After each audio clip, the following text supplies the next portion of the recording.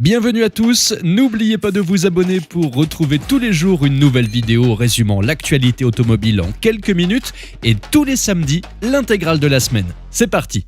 Notre partenaire Caroom nous explique comment passer un vieux diesel critère 2, 3 ou 4 en critère 1 et en toute légalité. Les voitures diesel sont en sursis dans les villes. À terme, les ZFE doivent les exclure des centres urbains. Les vignettes 4 et 5 sont déjà souvent interdites et les critères 3 sont les prochaines sur la liste. Une société française permet tout de même à votre vieux diesel de devenir critère 1. Cette société, c'est Greenolis. Elle propose d'ajouter un circuit GPL sur vos vieux moteurs diesel pour réduire leurs émissions de CO2 et continuer à les utiliser même en ville. La ruse, totalement légale, permet à n'importe quelle voiture diesel de devenir critère 1. Vous ferez aussi des économies à la pompe, le GPL étant en moyenne à 98 centimes le litre et le diesel à 1,76 €. Le mélange des deux revient environ à 1,30 € le litre. Cependant, à un prix moyen d'environ 3 000 €, il faut une centaine de milliers de kilomètres pour rentrer dans vos frais, mais le principal objectif du kit est de faire durer dans le temps votre voiture diesel. Si vous voulez en savoir plus, je vous invite à vous rendre sur le site de Caroom. Vous trouverez le lien dans la description et dans le premier commentaire épinglé sous la vidéo. Décidément, la R5 n'arrête pas de faire parler d'elle et il se pourrait bien qu'on finisse par se lasser d'elle avant sa sortie.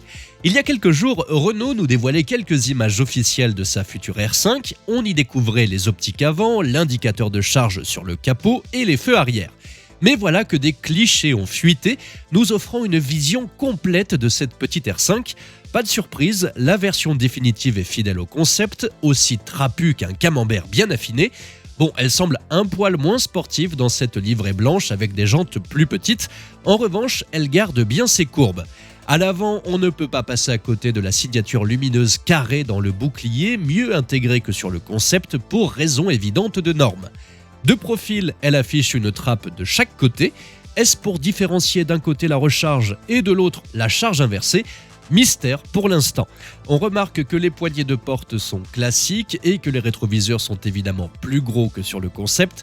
Mais attention, la R5 n'a pas encore tout dévoilé, son intérieur est encore jalousement gardé. Aura-t-on droit à du Sky Orange et à un volant en bakélite ? Pas certain malheureusement. Cette petite citadine électrique proposera le choix entre deux batteries, 40 ou 52 kWh. Elle devrait être disponible à partir de 25 000 € dans sa version de base et sera présentée officiellement le 26 février prochain. D'ici là, on aura sans doute encore des teasings, des clichés volés, des vidéos, bref, beaucoup d'annonces pour une voiture qui, on l'espère, pourra encore nous surprendre lors de sa sortie.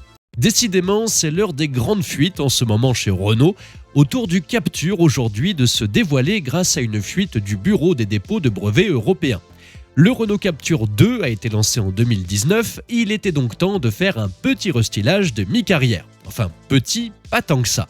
À l'avant, c'est une métamorphose en profondeur. La calandre a décidé de suivre le style du Scénic qui lui-même semble s'être inspiré du Rafale.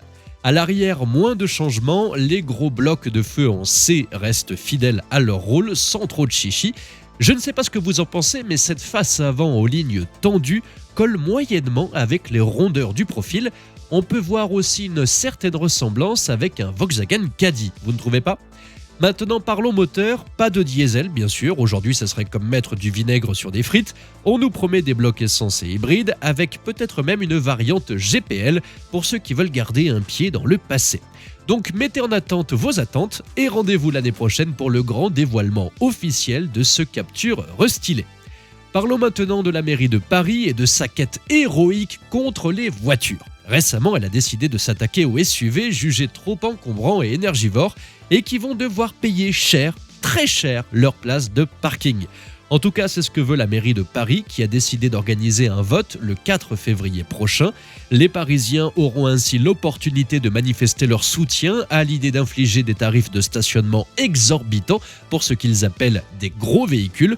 On parle ici de SUV dépassant 1,6 tonne pour les thermiques et hybrides rechargeables et 2 tonnes pour les électriques. Et les tarifs prévus sont tout simplement dignes d'un voyage sur la Lune. Les SUV fautifs devront débourser 3 fois plus que leurs homologues plus modestes, soit 12 € par heure du 12e au 20e arrondissement et un éblouissant 18 € par heure de stationnement du 1er au 11e arrondissement. Même si ces tarifs dignes d'un film de science-fiction sont pour les visiteurs et non les résidents, On se demande bien comment la mairie compte les appliquer. L'idéal serait de connecter les horodateurs à la base de données des cartes grises, mais bien sûr cela nécessiterait des investissements massifs et ça ne marcherait même pas pour tous les modèles de SUV, à moins que la mairie ne compte sur la bonne foi des propriétaires de SUV. Bah voyons, c'est comme demander à Anne Hidalgo de diriger une ville, ça paraît improbable. En fin de compte, c'est une suite logique de la saga limitant la vitesse à 50 km/h sur le périphérique, mais le gouvernement, avec son sceptre décisionnaire, n'est pas du tout d'accord pour cette mesure. Bref, 18 € de l'heure pour se garer, autant aller à Portofino. Il s'est passé quelque chose qui était encore du jamais vu dans l'industrie automobile hier à Montbéliard, là où on pourrait penser que la seule chose qui plonge est la température. Une intervention des pompiers a laissé tout le monde perplexe. Imaginez-vous, rue du Port, à côté de l'usine Stellantis, une voiture était à moitié immergée dans le canal. Les plongeurs, qui n'ont pas vraiment compris quel genre d'auto ils avaient repêché, ont vaillamment effectué des reconnaissances à la recherche de blessés. Fort heureusement, de ce côté-là, tout va bien. L'Est républicain, qui a relaté les faits, qualifie cet événement en tant que voiture de couleur blanche, sans doute volée et qui a été repêchée dans le canal. Mais attendez, ça devient croustillant. Quand on regarde de plus près, il s'avère que cette voiture n'est autre que la future Lancia Y, le genre de voiture qui avait des secrets mieux gardés que la recette du Coca-Cola. Elle était là, à moitié trempée dans le canal, exposant son design sans retenue comme une star hollywoodienne sur le tapis rouge qui aurait oublié de s'habiller. L'Y sera présentée en février 2024 officiellement et on espère qu'elle sera arrosée de champagne cette fois-ci. Elle sera électrique et est censée relancer la marque après des années d'absence. Les photos de cette Y dévoilent qu'elle sera basée sur la Peugeot 208, tout comme l'Opel Corsa. On s'en aperçoit grâce à quelques découpes de carrosserie semblables. L'avant, bien que peu visible sur les photos, laisse entrevoir un traitement inspiré par le concept Pupiura avec un bandeau triangulaire noir. Les designers de Lancia ont réussi à donner à cette Y une petite personnalité propre avec des détails subtils comme une custode spécifique et un logo Lancia intégré, ainsi qu'un popotin qui a l'air plutôt réussi avec des feux ronds et un grand bandeau horizontal et noir sur le coffre avec l'inscription Lancia. Bon, la question qu'on se pose tous est comment est-elle arrivée là ? Un ingénieur en plein test qui aurait un peu trop forcé sur l'apéro ? Carlos Tavares qui tente déjà de cacher des invendus ? Donnez-moi dans les commentaires vos suppositions les plus drôles. Parlons du Cybertruck maintenant qui est passé au crash test et dont le résultat n'est pas du tout celui espéré. Vous savez, le Cybertruck, ce pick-up qui ressemble à un engin tout droit sorti d'un film de science-fiction des années 80. Avec son exosquelette en acier inoxydable, Elon Musk lui-même nous a vendu l'idée que ce matériau laminé à froid était la réponse ultime au choc. Eh bien, les crash tests ne semblent pas tout à fait d'accord avec cette déclaration pleine d'assurance. Sur la vidéo, on peut voir le Cybertruck se déformer beaucoup moins que ses comparses en tôle. Musk avait promis une résistance supérieure et il est vrai que le Cybertruck semble danser avec les lois de la physique. Sauf que, on le sait tous, si ce n'est pas la carrosserie qui absorbe le choc, ce sont les occupants qui s'en chargent. Donc c'est chouette, après un crash, le Cybertruck va très bien, mais les occupants, quant à eux, sont partis dans l'au-delà. C'est un argument de vente plutôt moyen. Pour le moment, cela le rendrait tout bonnement impossible à commercialiser en Europe, sans parler de la carrosserie au bord saillant. C'est même Lars Moravy, ingénieur en chef chez Tesla, qui l'admet. Le Conseil européen de la sécurité des transports s'inquiète aussi de la puissance du véhicule et de son poids démesuré. Maintenant, que va faire Tesla dans cette situation délicate ? Renoncer à l'Europe ? Ou peut-être que l'entreprise va retravailler le dessin global pour qu'il se vende aussi chez nous, mais à quel prix ? Musk avait déclaré que Tesla avait creusé sa propre tombe avec le Cybertruck. La seule solution sera sans doute de le vendre très cher à suffisamment de personnes désireuses de ce genre d'engin pour financer la tant attendue et pragmatique Model 2 à 25 000 € grâce aux marges du Cybertruck. Les constructeurs ont en effet décidé de faire du ménage dans leur catalogue en jetant la plupart du temps les berlines, les breaks, les sportives, tout ça pour laisser place aux SUV et forcément surtout électriques. Et on commence par dire adieu à l'Audi R8, la diva des divas, la reine du bitume. Elle a décidé de prendre sa retraite avec un dernier coup d'éclat sous le nom de R8 V10 GT RWD. Audi, avec cette voiture, dit adieu à son V10 légendaire. Il parle tout de même d'une possible résurrection en électrique vers 2026 et je ne sais pas si on a hâte. On reste chez Audi avec la TT qui, elle aussi, a décidé de faire ses valises. Après une carrière qui a débuté en 1998, elle tire donc sa révérence. Deux petits bolides d'Audi qui s'en vont dans le grand garage du ciel automobile. Chrysler, de son côté, a décidé d'arrêter la berline 300C après 18 ans de carrière. La gamme Chrysler, déjà pas bien joyeuse, devient un peu orpheline. Il ne reste plus que le monospace Pacifica comme le dernier invité qui ne veut pas partir après la fête. Et on continue la valse des adieux avec la Ford Fiesta, une légende en Europe depuis la nuit des temps, enfin depuis 1976, qui a décidé de prendre sa retraite après 7 générations. On se demande pourquoi, sur un continent où les citadines de ce genre sont toujours la coqueluche, Ford américanise sa gamme en Europe et c'est le crossover Puma qui prend la relève. Passons à la Honda i, une petite citadine électrique avec un look qui fait fondre les cœurs mais qui était ridicule d'un point de vue technique avec ses 170 km d'autonomie et qui surtout coûtait trop cher pour le grand public. C'est un peu comme inviter Georges Clooney à son anniversaire, c'est sympa mais ça coûte un bras. Même topo pour la Kia Rio, qui a décidé de prendre sa retraite cette année. La petite Picanto et la Ceed restent disponibles, mais le segment B de Kia, où la Rio était présente depuis 2000, est maintenant aussi vide qu'une bouteille de champagne après le Nouvel An. Allons voir du côté de chez Merco avec ses coupés cabriolets classe C et E. La marque à l'étoile a décidé de faire un peu de tri dans sa collection en simplifiant la gamme et en fusionnant les modèles. Résultat, on a maintenant le coupé et cabriolet C et E. De 4 modèles, on passe donc désormais à 2. Et la Mini Clubman, le break qui a basé son look sur la citadine Mini, s'en va aussi cette année. Le pauvre, il n'a plus la côte et le nouveau Countryman qui a bien grandi l'a probablement convaincu de partir.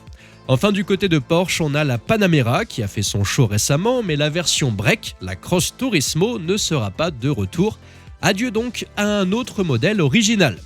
C'est la dure loi du monde automobile, ça change, ça évolue. Nous ne sommes pas toujours d'accord avec les choix des constructeurs, mais ainsi va la vie. C'était au programme depuis 2022 et voici qu'enfin le président Macron vient de lancer officiellement la formule qui va faire briller les prix électriques, le fameux leasing social conçu pour aider les Français à rouler en voiture électrique neuve pour 100 € par mois ou moins et sans apport. Et vous allez voir, certains modèles seront disponibles bien en dessous des 100 €. Vraiment bien en dessous. Ce forfait s'appelle Mon Leasing électrique et est limité à 25 000 heureux élus dans le pays dans un premier temps. Mais attention, pour être éligible, il vous faudra un revenu fiscal de référence par part inférieur à 15 400 €. Vous devez également être éloigné de votre lieu de travail d'au moins 15 km, sinon quoi, un peu de vélo ne devrait pas vous faire de mal. Il s'agira d'un forfait sur 3 ans avec ou sans option d'achat à la fin. Et attention, ce n'est pas seulement réservé aux petites voitures, on parle de modèles plus familiaux comme les Citroën IC4, Peugeot i2008, Opel Mokka électrique ou encore Renault Mégane E-Tech. Stellantis vient d'ailleurs de dévoiler les prix. La 500e sera à 89 € par mois, la Corsa à 91 €, la i208 à 99 €, le Mokka à 119 €, la IC4 coûtera 129 € par mois et enfin les Jeep Avenger et i2008 seront à 149 €. Et en dessous de tout ça, nous retrouverons la Citroën IC3 qui ne coûtera que 54 € par mois sans apport sur 3 ans et avec 10 000 km inclus par an. Pour rappel, la IC3 offre 330 km d'autonomie et 135 km/h en vitesse de pointe. Renault, quant à lui, fait son entrée avec des offres choc. La Mégane E-Tech sera à 150 € par mois. Et accrochez-vous bien, la Twingo E-Tech sera encore moins chère que la IC3 à seulement 40 € par mois. En plus de ce loyer rikiki, Renault offre l'entretien et aussi 6 mois de charge pour tout contrat de location dans le cadre de ce leasing social. Bon, l'entretien, clairement, si c'est pour remettre du lave-glace une fois par an, c'est pas vraiment un cadeau, mais le coût des 6 mois de charge offert et 40 € par mois pour une voiture neuve sont de bons arguments. Cela dit, n'oubliez pas, la Twingo offre seulement 190 km d'autonomie. Êtes-vous convaincu par ces offres du gouvernement? Dites-moi ce que vous en pensez dans les commentaires. Passons à Alfa Romeo qui nous a bien menés en bateau. On était tous convaincus que le nouveau petit SUV urbain allait s'appeler Brennero à cause d'un étrange teaser posté par la marque sur les réseaux représentant les coordonnées GPS de la ville de Brennero. Mais non, c'était une feinte. Alfa vient de dévoiler officiellement qu'il s'appellera Milano. Le constructeur italien a décidé de rendre hommage à sa ville. Au passage, ce n'est pas la première Alfa à s'appeler comme ça. Dans les années 80, la fabuleuse Alfa 75 s'appelait Milano sur le marché américain. Bon, elle n'avait pas vraiment rencontré le succès escompté aux US, espérons que ce futur SUV sauve l'honneur de ce nom. Le patron d'Alfa, Jean-Philippe Imparato, a dévoilé le nom avec quelques détails sur la fiche technique. On parle d'une motorisation essence hybride avec une version inédite à 4 roues motrices ainsi qu'une version 100% électrique. Imparato ne veut pas tout dévoiler pour l'instant, il garde le suspense sur la capacité des batteries et la puissance du moteur, mais il nous promet quelque chose de plus sportif que ses cousins i2008, Opel Mokka, Jeep Avenger et autres Fiat 600e. Imparato nous tease même avec des détails sur la version haut de gamme sportive du Milano qui aura un vrai gros différentiel spécifique sur le train avant. C'est comme si Alfa Romeo se préparait à envoyer son petit Milano dans la course effrénée des petites sportives électriques. On parle d'une catégorie qui commence à peine à se former avec des noms comme Alpine A290, Volkswagen ID2 GTI. Alfa veut sans doute s'engouffrer sur ce créneau. Et attention, le Milano ne sera pas spécialement petit d'ailleurs puisqu'il mesurera entre 4,20 m et 4,30 m de long. Rendez-vous en avril 2024 pour sa présentation officielle et en septembre dans les concessions. Que pensez-vous de ces offres concernant le leasing social? Et le Milano a-t-il une petite chance d'être une vraie Alfa? Dites-moi ce que vous en pensez dans les commentaires. Merci à tous d'avoir suivi cette nouvelle vidéo.